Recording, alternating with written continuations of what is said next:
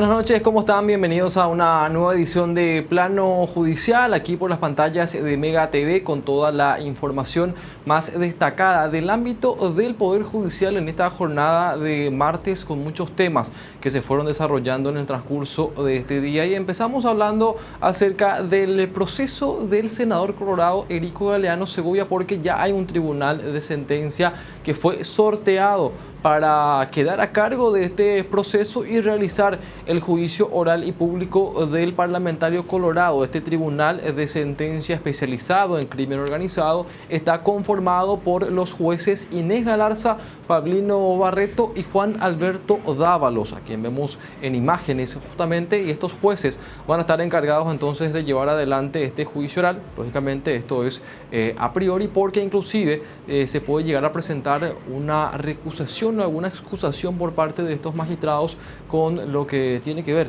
con algún integrante de alguna de las partes de esta causa que ha iniciado posterior a lo que fue el mega operativo a ultranza. Y esta es una causa, un emprendimiento, como se dice usualmente, esta investigación contra el senador colorado, que se le atribuye haber brindado apoyo logístico al grupo criminal presumiblemente liderado por el uruguayo Sebastián Enrique Marcet Cabrera y por Miguel Ángel Isfrán alias Tío Rico. La acusación que ha presentado la Fiscalía contra el senador colorado es, por supuesto, lavado de activos, por supuesto proveniente del narcotráfico, y también por supuesta asociación criminal, una alta expectativa de sanción, de acuerdo a lo que ya adelantó en su momento el fiscal Silvio Corbeta, que es uno de los agentes que está llevando adelante esta causa contra Erico Galeano. Varias porciones de hechos se le atribuye a Galeano. Por supuesto, él niega todas estas acusaciones. Por ejemplo, en el escrito de acusación se menciona que él mismo realizó la adquisición por $1 millón, o mejor dicho, la venta por $1 millón, de un inmueble ubicado en la zona de Altos, en la zona de Aguavillas, de un inmueble, una lujosa propiedad que fue a parar hasta un testaferro de Miguel Ángel Isfrán alias Tío Rico, y una transacción aparentemente inflada que él realizó el parlamentario, ya que él tenía conocimiento de que este grupo le pagaría lo que él vaya a solicitar por supuesto, los ingresos con los que contaba este esquema criminal. Y esta venta se realizó justamente a uno de que serían los testaferros de Miguel Ángel Isfrán alias Tío Rico. Y por otro lado también se le atribuye, por ejemplo, haber brindado un soporte logístico en torno al uso de una avioneta propiedad de su empresa Alpina. Hoy día ya no le pertenece esa avioneta, pero es lo que se menciona también en esta acusación, esa aeronave que sirvió para el traslado en todo el país de los líderes de este esquema dedicado al tráfico internacional de drogas. Y cambiando de tema, tenemos que hablar también sobre la decisión del juez Humberto Otazú en torno a un pedido de desestimación de una denuncia que habían presentado varias autoridades en su momento contra una administración anterior del Instituto de Previsión Social. Una denuncia en la cual se menciona que durante varios ejercicios fiscales, dos puntualmente, se había producido un perjuicio patrimonial de más de 1.6 billones de guaraníes durante la administración de Vicente Bataglia, que fue en su momento titular del Instituto de Previsión Social. El juez Humberto Otazú, que es de delitos económicos y que está a cargo de esta causa, remitió nuevamente el expediente a los fiscales Néstor Coronel, Jorge Arce y Luis Piñanes, quienes van a tener que analizar, por supuesto, si se ratifican o no en este pedido de desestimación de esta denuncia, que fue por los hechos de lesión de confianza y estafa. Estos fiscales habían concluido, luego de todas las diligencias que realizaron, que no se pudo corroborar la existencia de un perjuicio patrimonial, no se pudo determinar la existencia de un perjuicio patrimonial en torno a esta denuncia, motivo por el cual habían solicitado la desestimación. El trámite que imprimió el magistrado es el del artículo 314 del Código Procesal Penal. El primer inciso, primer párrafo, mejor dicho, es el que se ha resuelto en ese sentido, y en caso de que los fiscales se ratifiquen nuevamente en este pedido de desestimación, el juez otra vez podrá oponerse para que esta vez ya las actuaciones sean analizadas por algún fiscal adjunto o por el propio fiscal general del Estado, que en días atrás inclusive había recibido a autoridades del IPS, a la parte de la dirección jurídica más puntualmente, que se mostraron preocupadas ante este pedido de desestimación que realizó el Ministerio Público. Habrá que ver si es que se puede reencauzar esto a través de este trámite que ha imprimido el juez Humberto Otazú.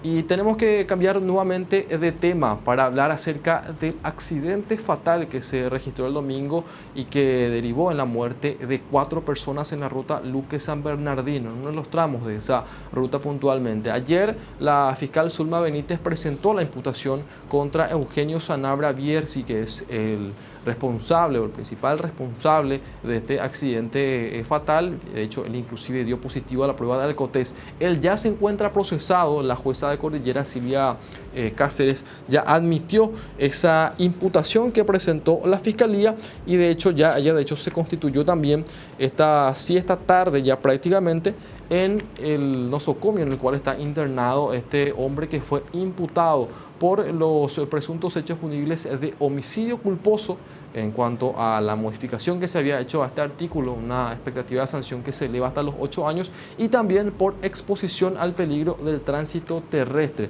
Él ya se encuentra entonces procesado por ambos hechos y la Fiscalía ha requerido su prisión preventiva.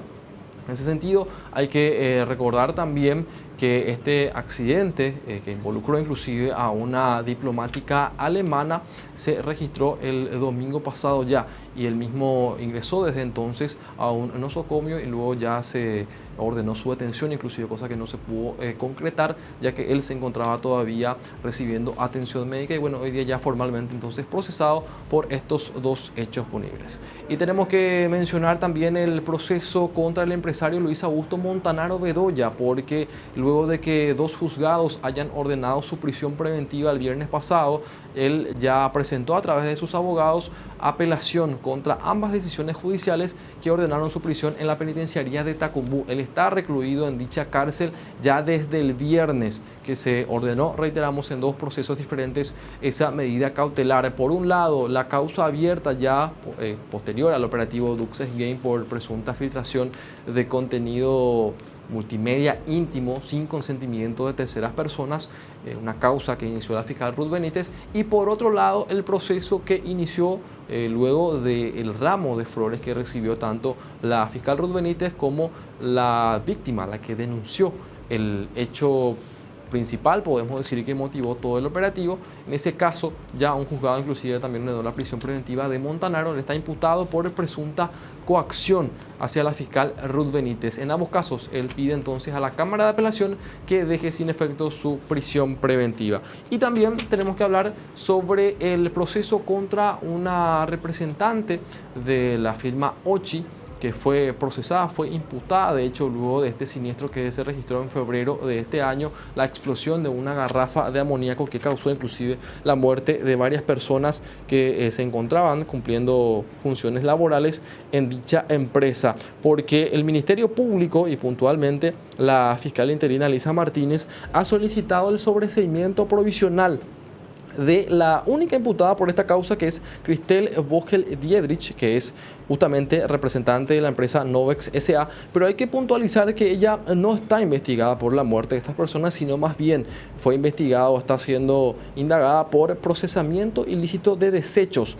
Esto se constató luego de las constituciones que realizó tanto el MADES como el Ministerio Público en esta empresa ubicada en la ciudad de San Lorenzo. Lo que se argumenta para este pedido de sobreseimiento provisional es que el Ministerio Público todavía no ha podido realizar todas las diligencias investigativas para poder esclarecer los hechos y luego presentar un requerimiento conclusivo, ya sea una acusación o un pedido de sobreseimiento definitivo u otra salida alternativa para evitar justamente el juicio oral y público. Inicialmente, lo que dice el relato de hechos es que el 8 de febrero pasado los desechos que fueron almacenados en la empresa fueron arrojados directamente al arroyo de San Lorenzo sin ningún tipo de tratamiento. De hecho, se le responsabiliza a esta mujer justamente porque fue ella quien habría presentado ante la autoridad administrativa competente una auditoría de gestión ambiental que contenía las medidas de mitigación y un plan de gestión ambiental que se corroboró su incumplimiento justamente el 8 de febrero. Se pide entonces este sobreseimiento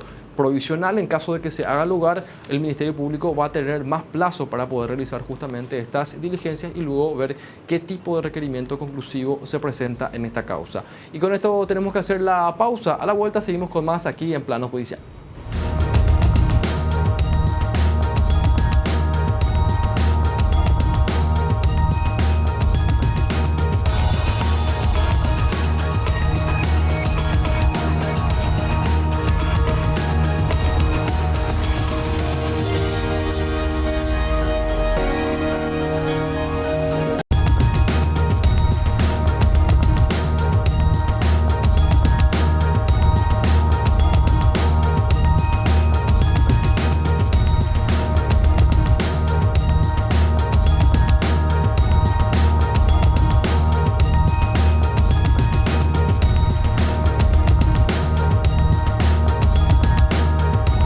segunda parte de plano judicial y tenemos que hablar acerca del juicio oral y público del exministro del Interior Walter Bauer y de dos policías que fueron acusados por presunta tortura, porque nuevamente se ha suspendido la prosecución de este juicio oral que estaba previsto de hecho para la jornada de hoy, y esto en razón principalmente a que el presidente del Tribunal de Sentencia que se encarga de juzgar a estos tres acusados está con problemas de salud. Estamos hablando del juez Fabián Weissense, el mismo está internado de acuerdo a lo que trascendió también en el transcurso de la mañana y la siesta de hoy, motivo por el cual no se pudo hacer este juicio oral y público que ya está en la recta final. Hay que recordar que luego de las recusaciones también que se ha presentado contra este tribunal y todo lo que tiene que ver con los audios que involucrarían a una de las juezas de este tribunal, ya previo a eso inclusive el colegiado había declarado culpables a estos tres acusados y falta la última parte del juicio oral que guarda relación con la medición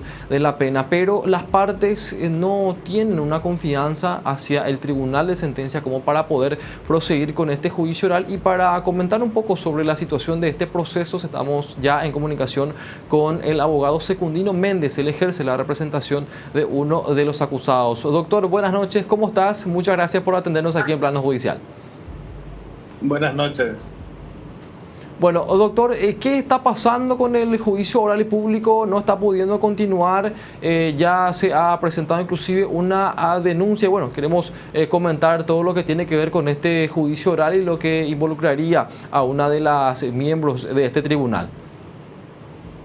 Bueno, en verdad que este juicio oral es muy particular. Sucedieron varias cosas que ameritan incluso una investigación penal, ¿verdad?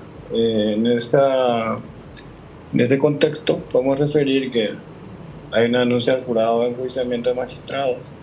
Hoy también se presentó la denuncia al Ministerio Público por la Comisión de Derechos Punibles de Prevaricato. Y cosas así, ¿verdad? Porque realmente toca decirte que no, las cosas que yo veo con este tribunal no las he visto nunca. Los más de 30 años de profesión que tengo. Bueno, principalmente lo que tiene que ver con este audio que fue difundido, me imagino que hace referencia un poco también a eso, doctor, y pese a ello, veíamos también, y lo comentábamos de hecho en programas anteriores aquí en plano judicial, que la Cámara de Apelación rechazaba estas recusaciones, pero que en las últimas dos oportunidades, si no estoy equivocado, uno de los miembros por lo menos ya votaba porque la jueza, o para que la jueza Laura Campo sea parte de este proceso. ¿Qué posición tienen ustedes en torno a eso? Categórico, una persona que está conversando abiertamente sobre monto de dinero o monto de pena, o quantum de pena, con el querellante tiene que apartarse de un proceso, cualquiera sea el proceso y cualquiera sea el magistrado. Lo que a mí me llama poderosamente la atención es que hay una suerte de silencio cómplice, tanto en la Corte Suprema de Justicia como el Tribunal de Apelación. Solamente un miembro se exhibe en favor de la legitimidad de la labor del magistrado. No puede estar en el entredicho de esta naturaleza. No, el magistrado no puede estar siendo cuestionado por hablar con una de las partes, estar hablando de montos o en cuanto de pena a espaldas de la defensa, ¿verdad? Pero en un Estado de Derecho es una total aberración. Y no solamente habla de la honestidad de los jueces, no solamente habla de lo que no se debe hacer en un proceso, no porque sea el proceso de Walter Bauer, sea el proceso de quien sea, estas situaciones no se pueden dar.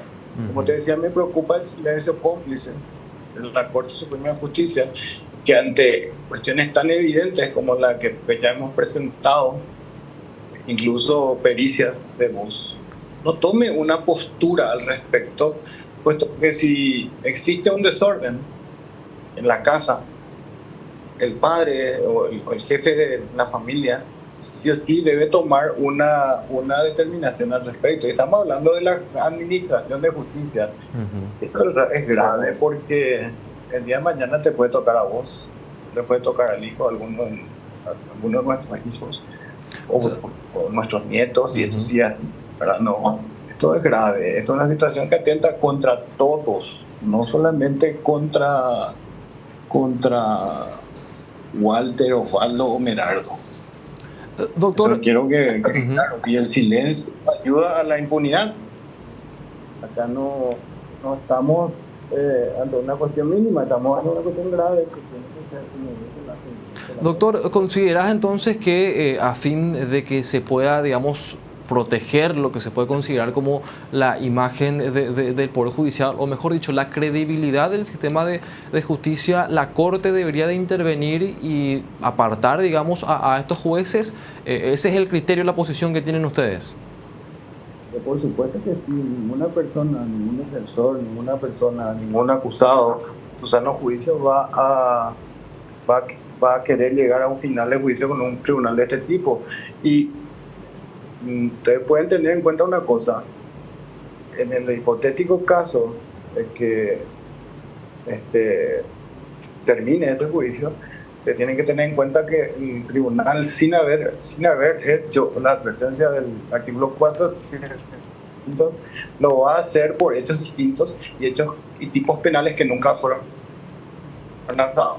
O sea, nosotros estamos en total indefensión. Imagínate ser imputado o acusado por lesión y seas condenado por homicidio. Algo así es lo que está ocurriendo. Nosotros nunca tuvimos una defensa ante una acusación de maltrato y privación ilegítima de libertad, pues eso nunca se acusó. Nosotros desplegamos una labor sobre lesión corporal en el ejercicio de funciones públicas, coacción respecto a declaraciones que son hechos conexos, digamos, o complementarios del delito de tortura. O sea, tortura en consonancia con esos hechos punibles, no con los otros. O sea, y no me sorprendería,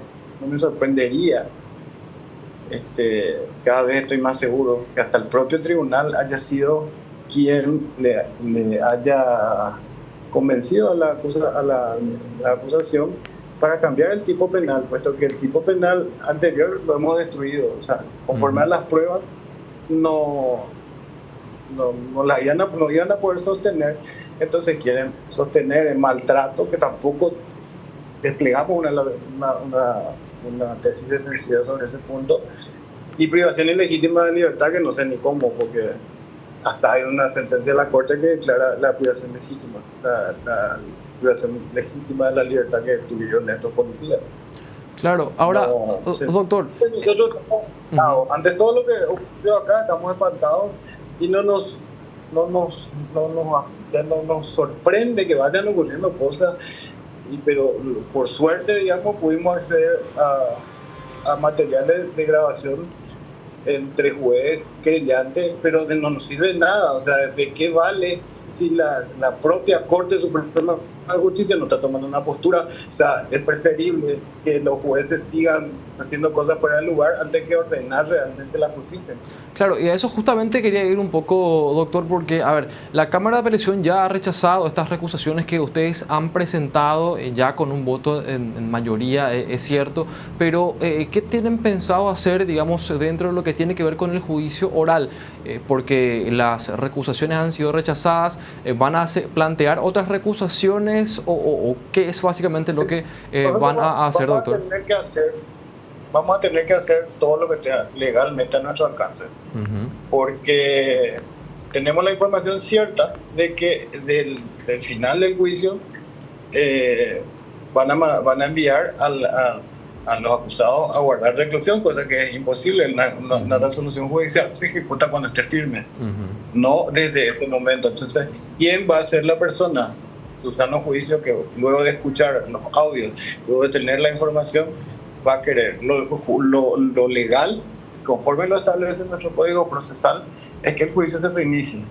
Ya pasaron los días como para los plazos establecidos en el código. Nunca se reinició el juicio y pasaron más de 20 días. Bueno, doctor, te agradecemos dividió mucho. En 4 personas. Claro, te agradecemos mucho, doctor, por el tiempo y vamos a seguir conversando, por supuesto, sobre lo que vaya a ocurrir en este proceso. Muy amable, doctor. A la orden.